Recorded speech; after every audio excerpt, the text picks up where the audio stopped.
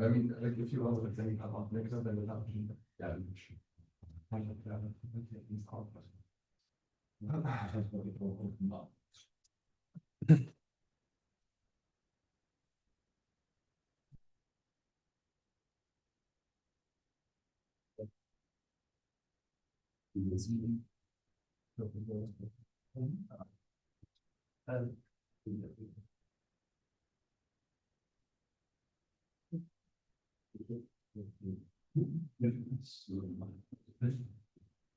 All right, I think let's start the second part.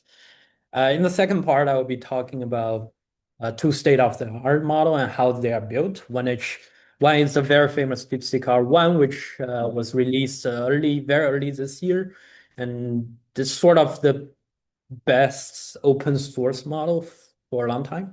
And second part will be DeepSeek Prover and how is that built. Yeah, so I left off at the three training paradigms that I introduced earlier.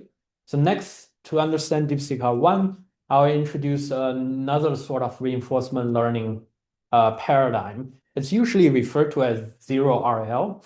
It's basically the zero part comes into the fact, that you can start the reinforcement learning training on a base model instead of supervised fine-tune model, which is very interesting.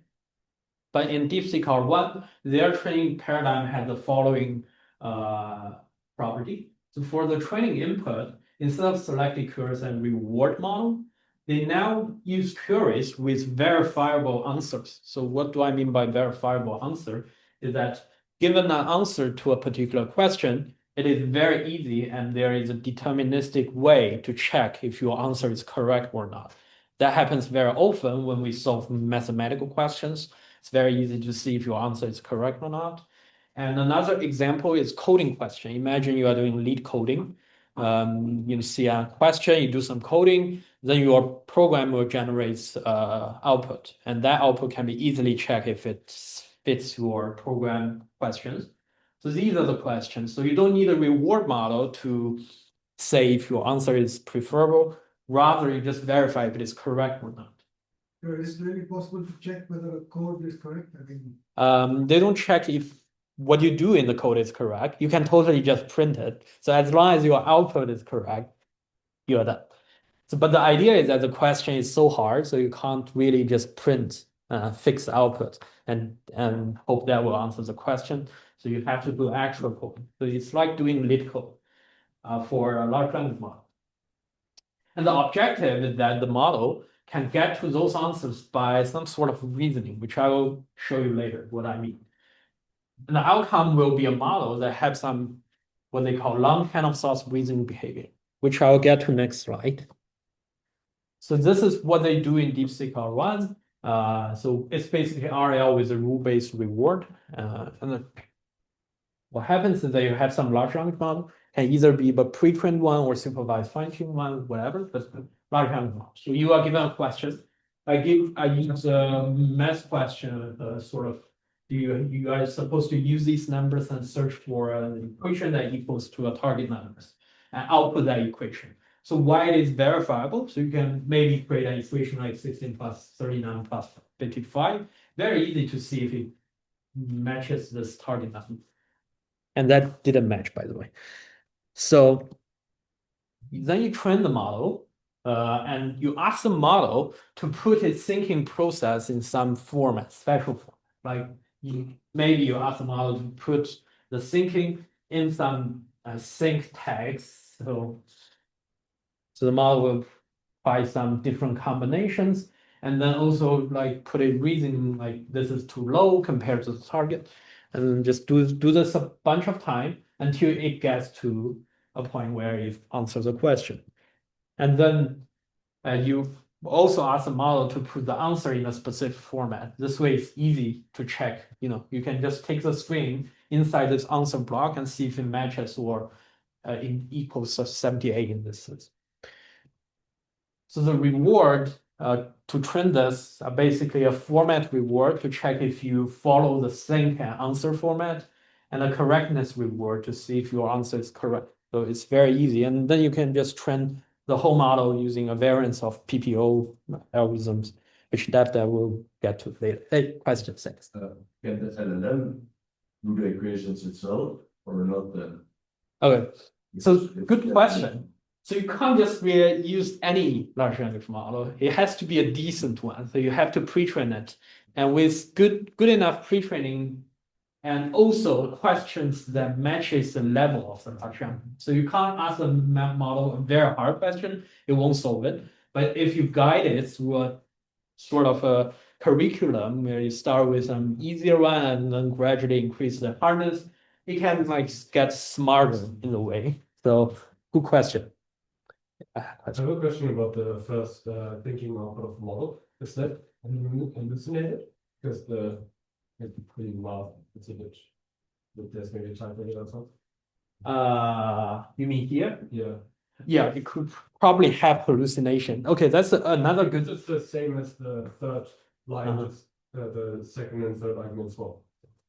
Okay, it's a good question. So in this training paradigm, there's essentially no check on the intermediate step. So it's totally possible that the large language model just outputs something that doesn't make sense in the middle, but somehow in the end gets to the correct answer. That's possible, but there's no way to check. But the hope is through enough training on the diverse questions, eventually, like you can't just happen to get the correct answer every time. So eventually the model gets smart enough to not output some, wrong intermediate steps. So this too low or the this works in parentheses Yes. is just a prediction by the model and not Yeah. an actual check. Yeah, exactly. So this is prediction by the model. You can say these things in different formats, but it doesn't matter. All it cares is that if you follow the format and if your final answer is correct. Okay. Oh, before I go into some results, I forgot to mention like one important aspect of this training paradigm is that it's easy or much easier to create a bunch of the current data because you don't need a reward model to check if it's correct. So as long as your question have a ground truth answer or a way to check the answer, you can just throw all these questions and mix them into a large training data. So it's easy to collect data like that. All right, this is what they find in their paper by training a DeepSeek model for a reasonably long time. They call it a aha moment, like the moment where the model, according to their paper, gets to have some intelligence that's outside what they are training them for. So although they don't explicitly tell the model to sort of reevaluate its reasoning, at a certain point of training, the model eventually starts to develop a behavior to evaluate its previous steps to see if it is correct or not. Probably it's that the model realized that it tends to hallucinate sometimes. So the best way is that I let me check back my answer to make sure it's correct before outputting the answer. So they call it a aha moment, and because it develops something on its own, and it's quite interesting. And then these are sort of the question you can expect the model to get. It's like a pretty not very obvious math question. So yeah, it's interesting that they develop behavior like that. And once I introduce what is zero RL and how DeepSeek train their models, let's put everything we talked about together and do a case study of how DeepSeek R1 is actually built, which is a 671 billion model. And let's see. So the first step is that you take a randomly initialized large language model that is totally random init. And then you feed in the pre-training data, which I talked about is 15 trillion tokens. And then you just train that for a long time. That gets to you to what is usually referred to as a base model. So that's DeepSeek V3 base. Oops. Yeah. And next, yeah. Base model, I mean, DeepSeek is a company that doesn't have the resources of OpenAI and so on. They have older hardware, less of it, less compute and so on. So this base model training was much less data and much less compute that they. Yeah, the good point actually. So when DeepSeek V3 was released and they talked about the kind of resources they have to work with, it's a real shock to the industry how little compute they use. So what they did is that they really optimized their training framework. Although I'm not an optimization guy, so some of what they are doing I may not appreciate, but it's in the sense that they are working on much less capable hardwares, but they optimize it so much that it uses like 100% of the hardware, but definitely not 100%, but it's a much larger number than their competitors. So that's why using less compute, they are able to build it. Yeah, but it's unclear from the model or from the paper how much experiment they did before that. So in the end, they build the model by training once, and that takes certain hours. But I'm pretty sure that before that, they did a lot more experiments on to finally get to a stable training paradigm for their base model and stuff. So yeah, but a good point. And from the base model, they perform zero RL, which I introduced earlier. It's training on verifiable questions. And that gets to a model they call it DeepSeek R10. The zero comes in the fact that they are starting reinforcement learning on the base model instead of a supervised fine-tuned model, which is usually how it's done. And what do they use a zero model? Well, to your surprise, maybe they use it only for generating training data. So they take a bunch of the math and coding questions, where R1 is trained, and feed it in here and generates 5,000 chain of thoughts data. So chain of thoughts is the think behavior that this model had. And 5,000 means that they generate a bunch and then filter away those wrong answers and just keep those questions that are answered correctly and also being a chain of thought. So that gets to 5,000 very high quality, highly selective, curated chain of thought data. And then the second stage, they again go back to the base model. Let's take the base model here, and then they supervise fine-tune the model on the 5,000 chain of thought data. Supervised fine-tune, as you recall, is just next token prediction by using this data set. And that gets to a temporary model, which is not named. And from that model, they again do zero RL. That is on these sort of queries. They do it again. The reason is that the first time, maybe the model is not that smart, but by supervised fine-tuning, its ability is there. So by again do this, it discovers more solutions to some problem that are not solved before. So that gets to a sort of SFT model. From there, well, guess what they do again? That they again use that model to generate more data. So this time, the queries, besides those math questions, will include more questions. Maybe not just pure math, maybe you have some physics and stuff like that. So it becomes a more diverse queries and then feed into this. And let this model generate chain of thoughts data, but much more, like 600,000. So it's a lot more data. And then they also combine this generated data with some previously curated SFT data. What is this? This is the data I showed you earlier, is how you answer a particular question, like in the correct format, and don't answer those harmful questions. So these are the SFT data. They combine these to form a unified sort of SFT data consisting of 800,000 pairs of question and answer. Okay, and that's the third one, which is the final one, by the way. So let's start again from the base model, which is a common theme here. And then they perform SFT. Okay, so this is more aligned with what I talked about initially, right? You do the base, pre-train, you do SFT. But it's just that the SFT data consists mostly from the chain of thoughts data generated here. So 800,000 data, you do SFT, that gets to here. And then from there, they again do two things together. One is aligning with human feedbacks that we introduced, and also zero RL, which is the math question and coding question. So they again do this from this model, and that produces the final DeepSeek R1. So yeah, that's the whole training stage. I'm not sure how you feel from this.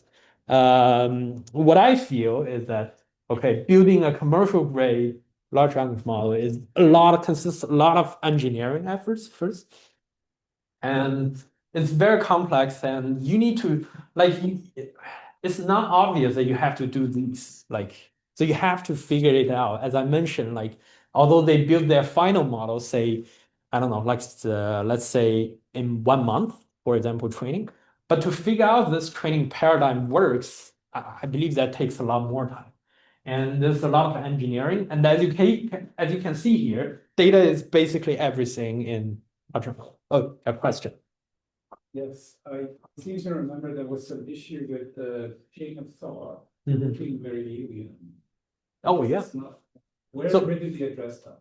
Okay, so the question is that in their paper, they mentioned that their chain of thought data is very noisy in the sense that it may mix different language or output some nonsense tokens that can't be understood by humans. That is produced here by the R10 model, which is not really a surprise because you are starting from a base model. And recall the problem I highlighted, the example where it gives you a Wikipedia on how to reject a job offer. So that's because the model is not supervised, fine-tuned on instructions. So it may output something that humans can't understand. So it's here. But how is it addressed? Well, it only used to generate some they call cold start data to train the subsequent model. So because somewhere here, you introduce the actual alignment data to how human answer questions. So their final model is trained on both the chain of thought and this alignment data, so that the final model don't really have that sort of noisy behavior anymore. But a good question, anyway. All right. So yeah, that's the first case study we have, the DeepSeek R1. And now move to the final part of the talk. I won't talk about what they can do. I believe what you know. And you can check out the recently released Gemini 3 if you are curious. Like the model is very strong to the point it's a little bit scary. But yeah. But I will talk about what they cannot do. So what they cannot do may not be that intuitive to you. You cannot do math very well. Some of you may get this. It's in the previous example, we also showed that sometimes it hallucinates math answers and can't do really very basic calculations sometimes. The reason?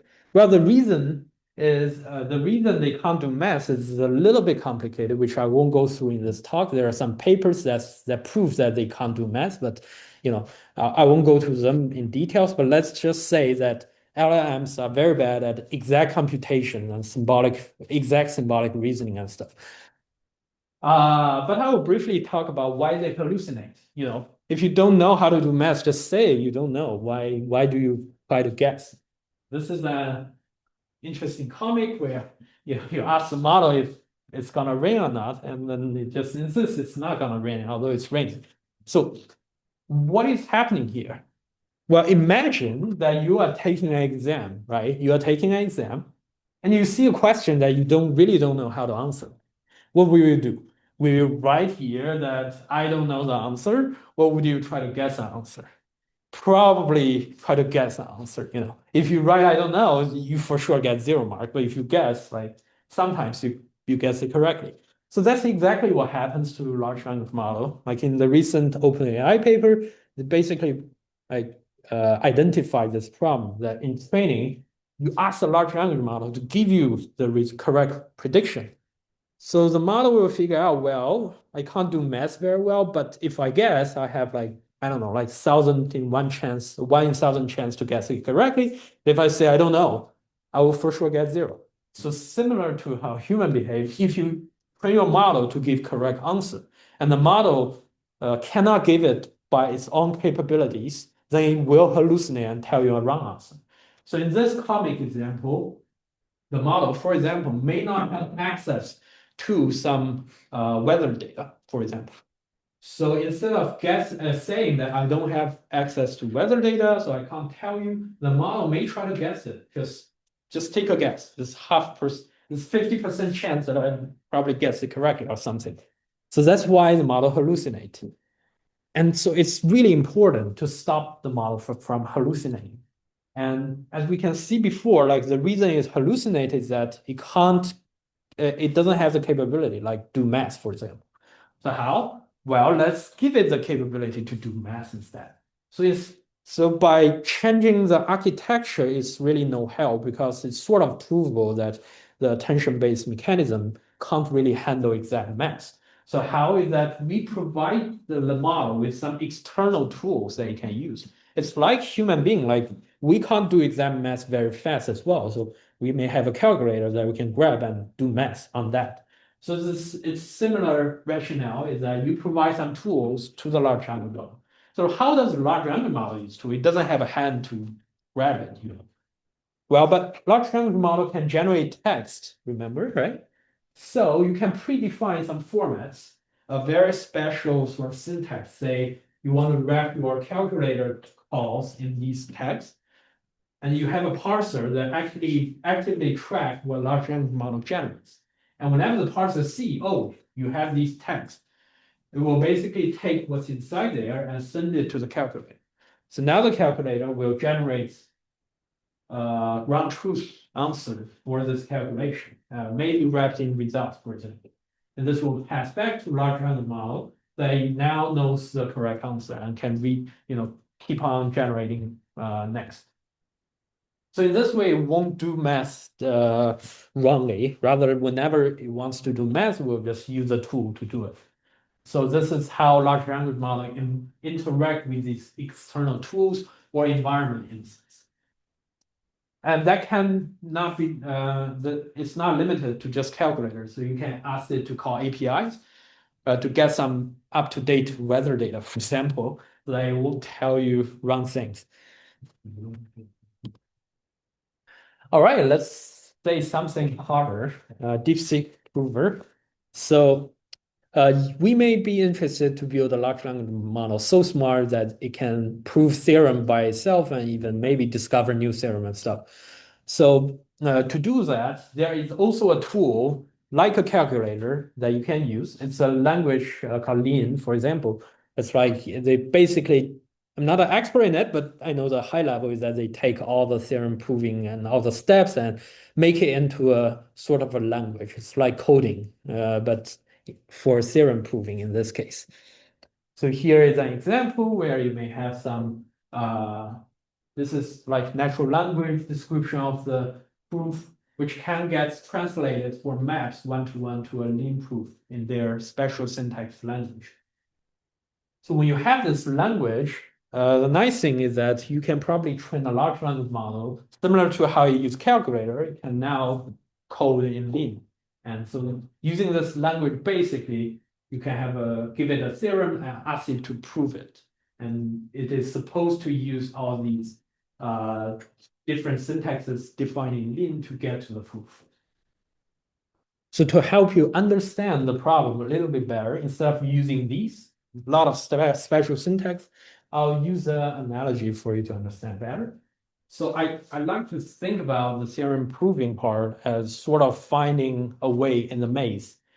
Is that the starting point is basically your context and assumptions in the theorem. And the exit is the goal that you want to prove. So what you want to prove in the theorem. And the maze itself is basically the space of possibly all possible proof states that you can arrive by going from the starting point. And the walking along the maze is basically applying the tactics and constructing terms that's provided by Lean until the goal is solved. So solving the proof is basically finding a path from start to exit. So maybe you are here, you have some basic assumptions, and now you can take steps by, for example, applying a non-lemma that is already derived in previously or by a human being. Or you may have some branching to say that if this variable is what, it's larger than 0, what happens? So there are different ways you can go. You choose one, and then there are another different ways you can go. And this becomes a maze. And start from the initial condition and get to what you try to prove. So let's view like theorem proving in this view. And that basically transforms the problem for a large language model to solve theorem proving into a huge maze. It's much more complex than this, but just to have a view. So you start somewhere, and try to go the other way. And because the maze is just so complex, to a large language model, it will be basically confused. We'll never solve it because like it's too complex, too many possibilities, and it's very hard for a model to tackle the whole question directly. So how do they do it? Like how do DeepSeek do it? Well, they take an approach called divide and conquer, which is quite common in algorithms. So instead of finding an answer from or finding a proof from starting point to the end goal directly, they break the whole procedure into several subparts of it. So in this way, for example, if you can find a path from here to here, from here to here, and so on, you by connecting all these paths, you get a full path from beginning to end, right? That breaks the whole problem into several subproblems, which are easier maze in a sense because they are shorter. The smaller maze, easier to solve, easier to search. So that's the strategy. But this sounds cool. The question is, how do you divide the question? It's like a complex question, right? Do you want to make a guess how they divide it?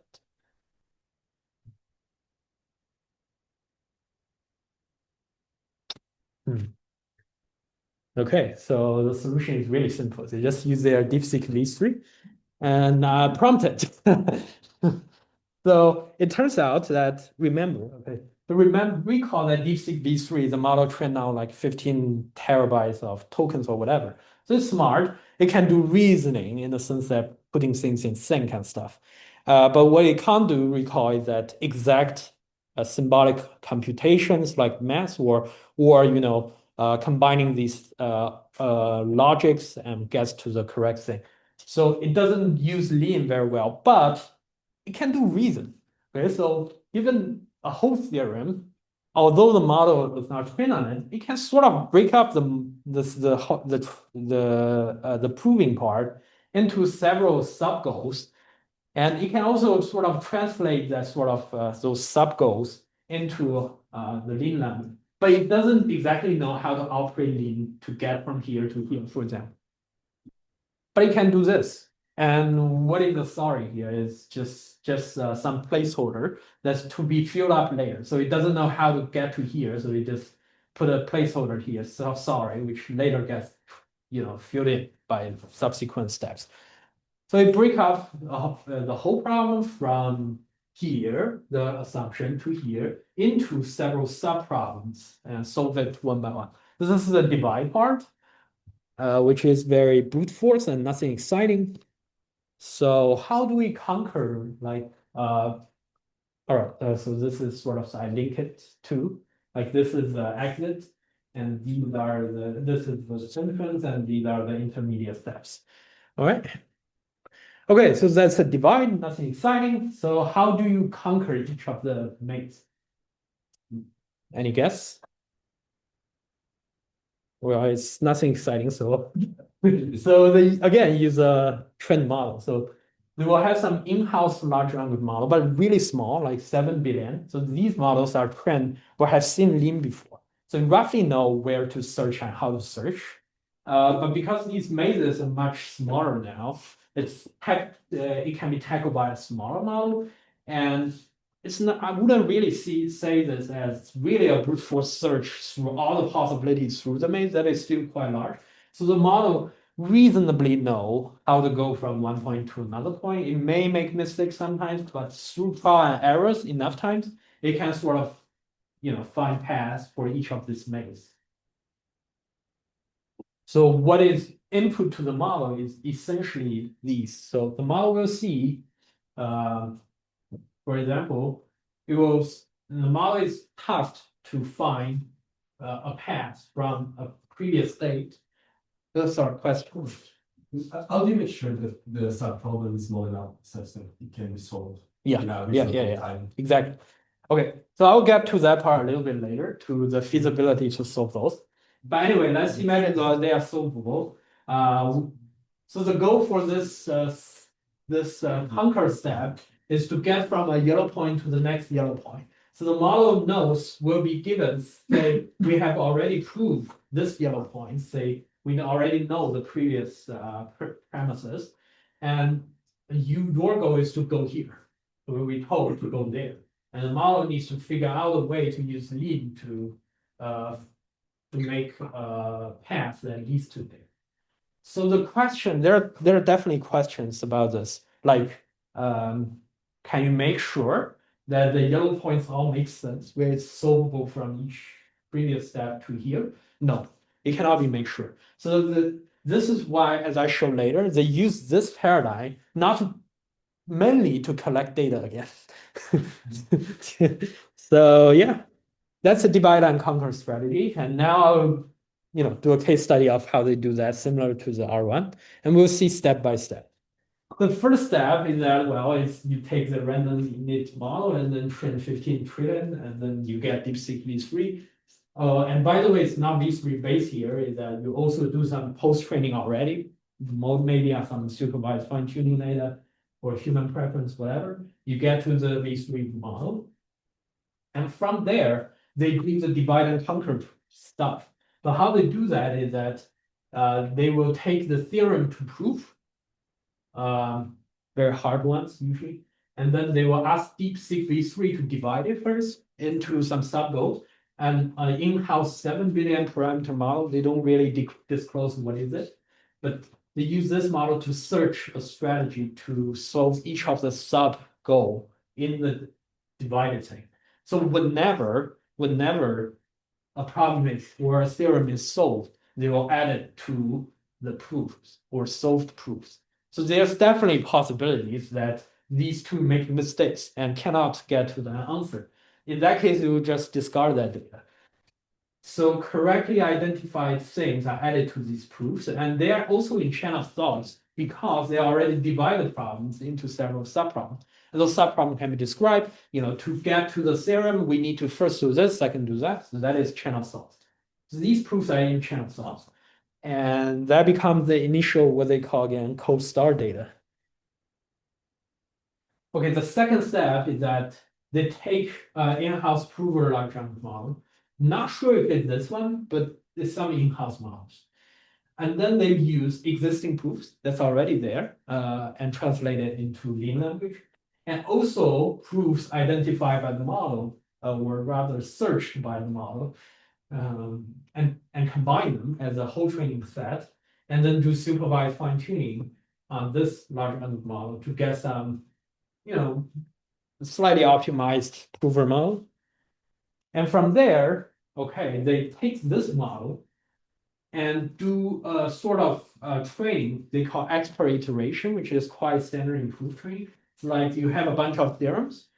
So you ask this model to solve them, not in the chain of thought way, but directly. Say you give it a lean description of the assumption and a description of the goal. Say solve this for me. Okay. So of course, this model may not be able to solve it, but sometimes it may eventually find the correct solution. So whenever it finds the correct solution, it will add that data into its training data and train itself to be more consistent. So it's like a self-improving steps where they gradually solve part of the theorems and then add it to the training, improve a little bit, and maybe solve another one, and then just improve like that. So this is the expert iteration, and then do that to this one. And then these are the things that in the end, the model is able to solve. And that generates another data set containing non-chain of thoughts data. Why is it non-chain of thought? It's because there's no model to do the divided here. So it's just a whole bunch of lean that leads to the correct, the final state. Okay. So with these two steps, you get basically a chain of thoughts data of proofs and a non-chain of thoughts data. And the final thing, well, is that we take the B3 base. Here is the base, it's not that model. You take the base model, and then you fine-tune it on proofs that are both chain of thoughts and non-chain of thoughts in the previous two steps, get to somewhere here. And then you do some reinforcement learning. We probably also given it a bunch of theorem, let it solve itself and check if it finally compile or not. So it's pretty similar to the zero RL thing we see earlier. So you do a bunch of RL that leads to a model. They call prover DeepSeek Prover V2, which is a full model of 671 billion parameters. This is too huge, so they distill it into a smaller model of 7 billion parameters. By distilling, I mean just they take this smaller model and try to match its prediction with this larger one. So in the end, they release sort of two models of different sizes. And yeah, that's basically how DeepSeek Prover is built. And okay, I think the story here is very similar to R1. As you can see here, building this commercial grade stuff really involves a lot on the training data. And usually what they do is just collecting training data. Question? Yeah, just intuitively, it seemed excessive to have an LLM involved in the process because you could just use someone's symbolic language logic or something instead, and then just use machine translation to make the later proof understandable to Yeah. humans. Like, why do we need an LLM involved in all the steps and not just apply it and use it at later steps so we can actually understand what's wrong? That's a very good question. And okay, so I'll just give you an example in my recent work. It's like I basically take a large language model and give it two actions to it. One is called compare two numbers and one is swap the two numbers. So you can basically use these two actions to sort a list, right? And it took 70 steps for the model to correctly identify an optimal algorithm to sort four numbers. And that is 70 training steps. And in the 2023 paper by DeepMind, they use like agent not based on large language model. It's a pure sort of it's a traditional agent in a sense. Also try to discover sorting algorithm, and it took them 1 million training steps to find the sorting algorithm that is optimal. So from this, it's clear that we have to admit that large language model have certain reasoning capability. It's very hard to define exactly, but it's a transferable knowledge that can help you search more efficiently in a complex environment. So imagine like Lean is much more complex than sorting a list. So it's a huge search space. So I think what large language model provides essentially is some prior knowledge to guide you through this maze to make better decisions at each point. So it can sort of solve more complex problems faster in a sense. So I guess that's my answer to it. I think if I can comment, we will talk more about it in later lectures in the Tuesday track. But I think also a lot of this is just like sheer volume. So this kind of divide step, what I'm guessing is that maybe it doesn't matter if the division is entirely correct, as long as you get many of these subtotals. Because each one of them, even though they don't really relate correctly to the original statement, they generate training data, and you can sort of check those samples against the lead in the lead river. So we will come back and talk to this, I think in not next week, but the week after. So we'll talk more about this. Yeah, thanks. All right, that basically completes my talk, just my lecture. Just a quick recap. We talked about large language model, how it works. So, two more questions. Sorry. Okay.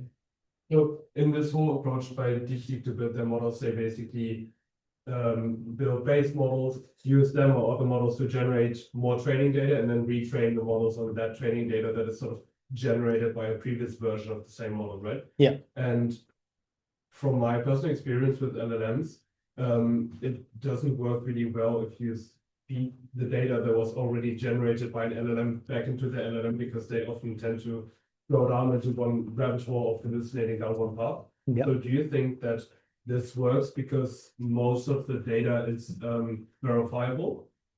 So you avoid the hallucination in the intermediate data points? And do you think that this general approach would not work well if the domain was not verifiable? That's a very good question, honestly. I think what you said is correct, is that verifiable is important because that makes sure that it may hallucinate in the intermediate step, but stably it must have some sort of a solution should have make some sort of sense for it to exist. So verifiable is important. I think there are two other things that are important here. One is the scale of the model.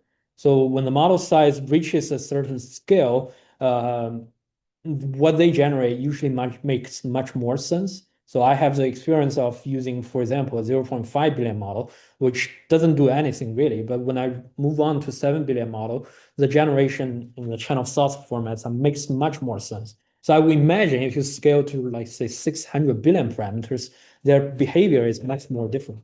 And the third important aspect is data filtering. So you can't just take whatever generated by a large language model, even though correct maybe, and use it as the training data. I think a lot of the arts or black magic in these big companies is that they know how to select their training data. That is their biggest secret rather than the algorithm, because the algorithm are sort of already published and people know about it. So it's the most important thing is to select the training data, filter the training data. And that is the important part, I think. Yeah. So it's 3 points, I think. Good Okay. question. Yeah. Thank you. Thanks. Yeah, question. So I have two questions about like arrows in this picture. Yeah. One where that we explicitly labeled RL. Uh-huh. Is that doing the sort of RL that we saw earlier where you like really if you're looking at produced proofs and you're just checking they give the same results or is like lean itself somehow or like some prover involved in that RL? Is Yeah. it like Yeah, it's using lean to basically prove theorem. So you are the model will be given a theorem and say you prove it in lean and will prove it. And if that compiles and the proof is correct, you get a reward of 1. Otherwise, you won't get reward. So that's sort of RL. but this looks more like, I mean, to me, the version that used in the previous example looks more like supervised computing than RL somehow. Like, but here, if you're using lean, actually. Yeah, but all in all, they are very like in a sense supervised because you sort of train it on correct execution of the model in a sense and penalize if it doesn't do that. So I mean, people even argue like RLHF is sort of a contrastive learning. If you think about this is a little bit like that as well, but it's just that model explore itself to generate the trajectories and then sort of do that. So it's yeah, its algorithm is not that exciting, but I think yeah. And are there other arrows where lean is also directly? Maybe- Okay, so lean is definitely used here because you need to conquer that sub problems, and lean is also used here to sort of do that. And otherwise, I don't think there's these 3 places you see. A good question. Good. Yeah. Question. Sorry. There's just a hypothesis I've seen around consuming the hallucinations, and that's that the data that's actually fed to the model does not contain information or data that includes like answers such as I don't know, because we only publish information where we have reached the conclusion and have some form of information to share. We don't really publish things saying we don't know. Yeah, that's also correct. It's that you are supervised on that sort of data. So there are 2 ways that you can hallucinate. One is that you train the model on a bunch of data that don't say I don't know, and second is that you train it on using RL, but then you just penalize the reward so that it will try to overfit or guess the answer to get the correct results. But I think all of them attribute to one core problem is that the attention mechanism of large language model cannot generate any data. Like it can generate text in a reasonable sense, but it doesn't generate exact computation very well. It's an inherent lack of this capability that results in when you give it a very hard, for example, calculation problems, it will try to guess the last thing, but it can never generate correctly. It's because it doesn't have this capability.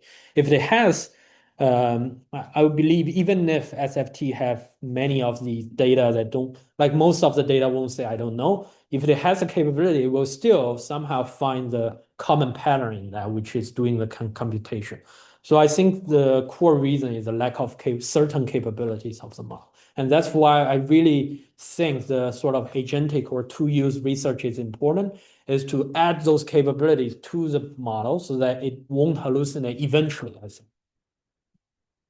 Yes, good question. Thanks. All right. I guess that's sort of it. recap, just quick things, be easy. And if you have time, you can also help me and fill in this questionnaire. Just take a quick 4 questions and give some feedbacks to me. And that is appreciated. All right, that's end of my lecture, and thanks everybody for listening. And maybe I'll pass back to Devda.